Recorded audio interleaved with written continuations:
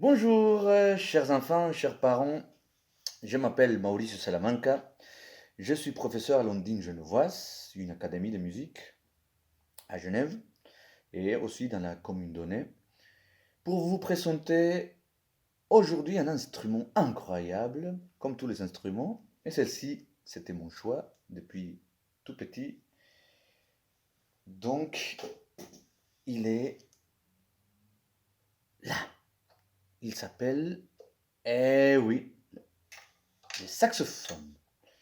Alors, le saxophone a été créé en 1840. Ça fait déjà pas mal de temps. En Belgique, par Monsieur Adolphe Sax, un grand inventeur, génie de son époque.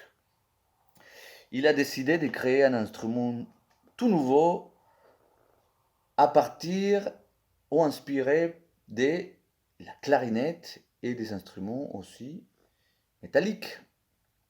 Mais quand même, on dit que ça appartient à la famille des bois. Et pourquoi la famille des bois? Parce qu'on a besoin de ces petits bouts de bois qui s'appellent hanches pour produire les sons, plus un bec comme la clarinette.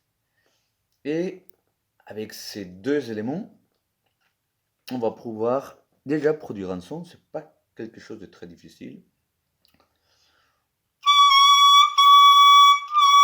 On a besoin juste d'une bonne posture et une bonne technique de respiration.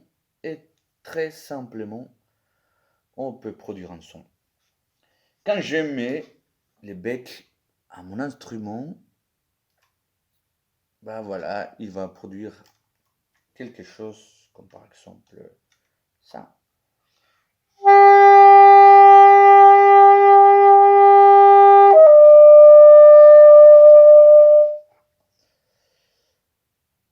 C'est un instrument qui fonctionne plus ou moins comme la flûte à bec. Par exemple, plus on ferme les touches, plus le son est grave, plus on ouvre, plus les sons aigus.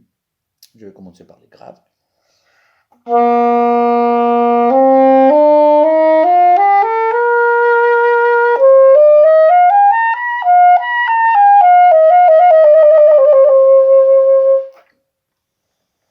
Donc c'est pas très compliqué non plus, il faut juste, comme toute belle chose, vraiment mettre un peu de temps à s'exercer et ça va très simplement évoluer.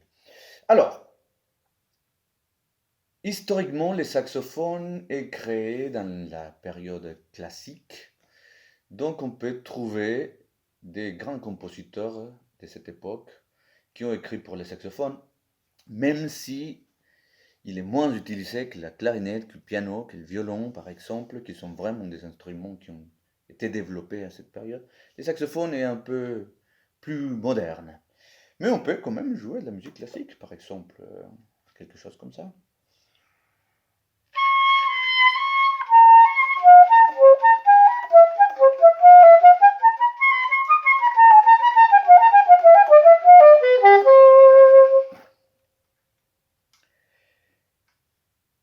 Plus tard dans l'histoire, les saxophones étaient adoptés plutôt par des nouvelles musiques. Et c'est dans ces styles qu'il est devenu les rois. Par exemple, dans la musique afro-américaine,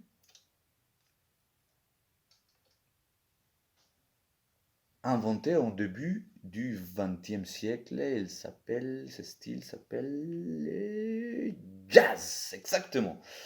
Alors, le jazz est une musique très rythmique qui est jouée particulièrement par celle-ci, par les saxophones ténors, mais aussi par les saxophones alto, par tous. Et on trouve des belles mélodies, comme par exemple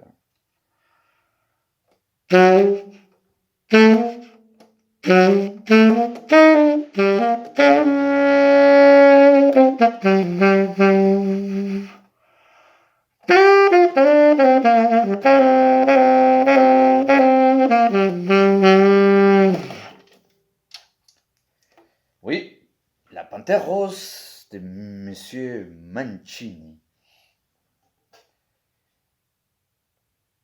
Le saxophone est quand même un instrument très actuel et on le trouve un peu partout et même on peut adapter les musiques pop et commerciales pour se faire plaisir. C'est l'idée de la musique, n'est-ce pas? Par exemple, quelque chose comme...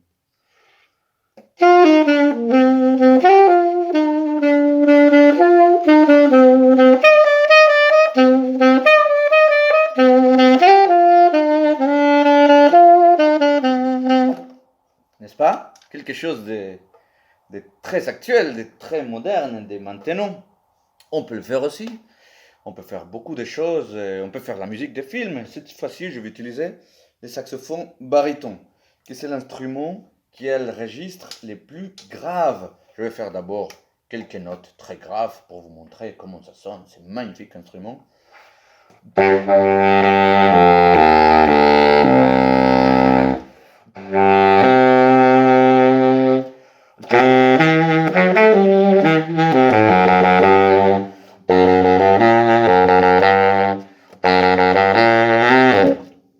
Et oui, après d'avoir fait quelques notes graves, j'ai joué des musiques, des séries, une série de télé très connue qui s'appelle Les Simpsons. Exactement, c'est Lisa Simpson justement qui joue ces magnifiques instruments, les sax barytons.